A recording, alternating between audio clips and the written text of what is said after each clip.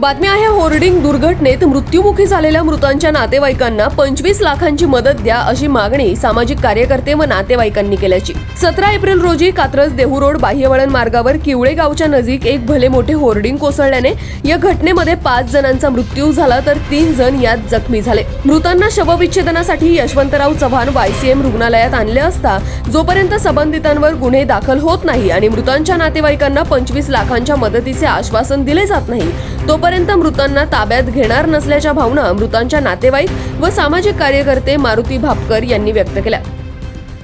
पिंपरी चिंचवड शहरामध्ये 5-5:30च्या दरम्यान रावेत या ठिकाणी एक अनधिकृत होर्डिंग 5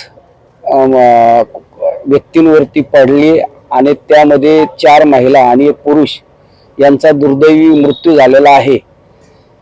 खरं तर पिंपरी चिंचवड महानगरपालिकेला यापूर्वी अनेक पक्षांच्या प्रमुखांनी तसेच सामाजिक संस्थांच्या लोकांनी अनधिकृत होर्डिंगच्या संदर्भात कठोर कारवाई करावी अशा प्रकारची प्रशासनाकडे मागणी केलेली असताना त्याकडे अर्थपूर्ण दुर्लक्ष करून अशा प्रकारे जीविताशी खेळण्याचं काम प्रशासनाने केलेलं आहे आणि त्यामधूनच आजच्या या 4 भगिनींचा आणि 1 पुरुषाचा मृत्यू झालेला आहे।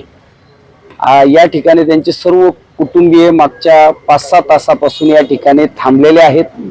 आतापर्यंत 6 तासामध्ये संबंधित अनधिकृत होर्डिंगवाला त्या जागा मालक याच्यावरती कुठलाही गुन्हा दाखल झालेला नाही। आम्ही सगळ्यांनी अशी मागणी केलेली आहे। या ठिकाणी महानगरपालिकेचे उपायुक्त वाघ साहेब असतील, गाडगे साहेब असतील, गोडके साहेब असतील, जोशी असतील, हे सगळे महापालिका प्रशासनाचे लोक या ठिकाणी आलेले आहेत। तसेच प्रांत अधिकारी जिल्हाधिकारी कार्यालयाचे आलेले आहेत।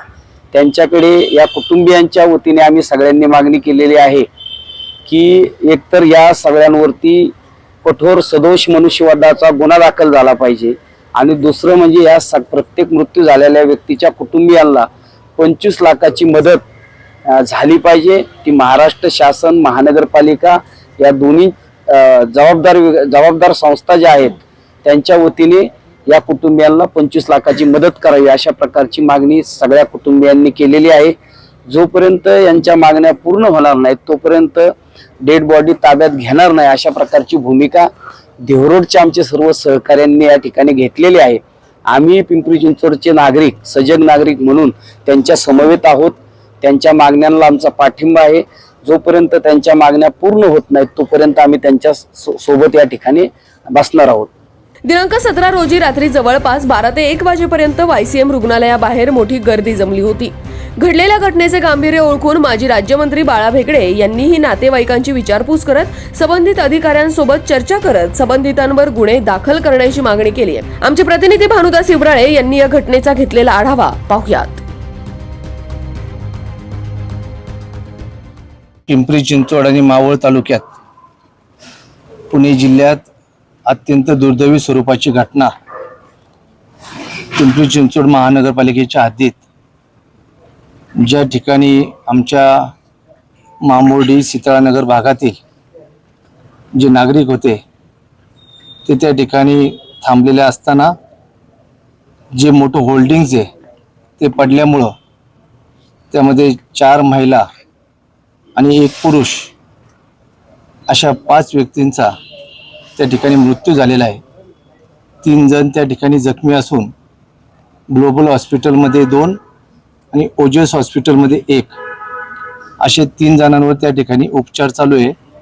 शासनाच्या वतीने याची मुख्यमंत्री माननीय एकनाथजी शिंदे साहेब, उपमुख्यमंत्री देवेंद्रजी फडणवीस तसेच पुणे जिल्ह्याचे पालकमंत्री माननीय चंद्रकांतदादा पाटील हे सातत्याने प्रशासनाच्या माध्यमातून आरोग्य विभागाला महानगरपालिकेला सगळ्या सूचना दिलेल्या आहेत। आत्ताच आम्ही पालकमंत्री चंद्रकांतदादा पाटील यांच्याशी बोलून आता पालकमंत्री महोदय या ठिकाणी येत आहेत। या ठिकाणी जे सर्व मृत झालेले आहेत ज्यांचा मृत्यू झालेला आहे त्यांच्याबद्दल राज्य सरकारने देखील शोक भावना व्यक्त केलेली आहे। या ठिकाणी त्यांच्या दुःखात आम्ही या ठिकाणी सहभागी आहोत एवढंच या ठिकाणी सांगतो। आत्ता या ठिकाणी आलो याची सर्व माहिती घेतोय।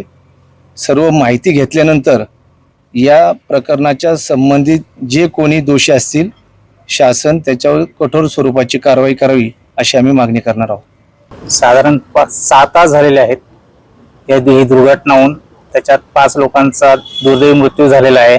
संबंधित अधिकारी ते उपस्थित असताना त्यांनी साधी विचारपूस करायलाही आमच्याकडे आलेले नाहीत अजून इथे. आणि आमची जी मागणी आहे जोपर्यंत पूर्ण होत नाही तोपर्यंत आम्ही आमचे जे काही प्रेत आहेत ते आम्ही ताब्यात घेणार नाही.